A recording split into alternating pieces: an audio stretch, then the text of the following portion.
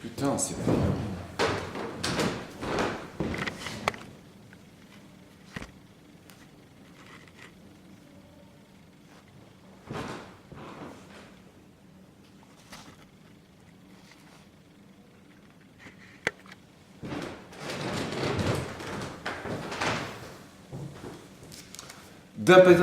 D'importantes disparités existent à d'autres échelles.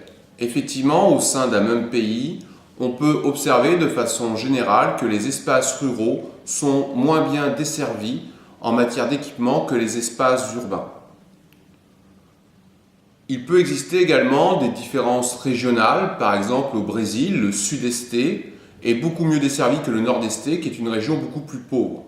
C'est en général le cas des NPI, où on aperçoit que le développement économique ne concerne que certaines fractions du territoire, et donc de voir que les provinces peuvent être bien desservies et d'autres beaucoup moins.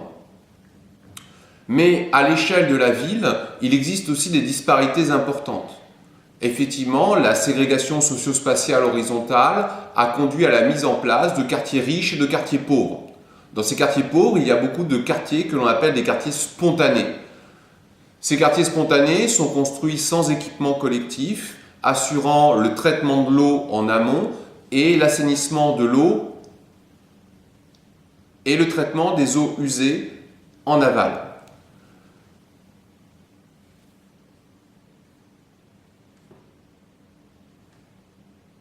Trouver de l'eau potable est un véritable défi pour les habitants de ces zones. Effectivement, on estime que plus de 2 heures par jour sont consacrées à la recherche d'eau potable.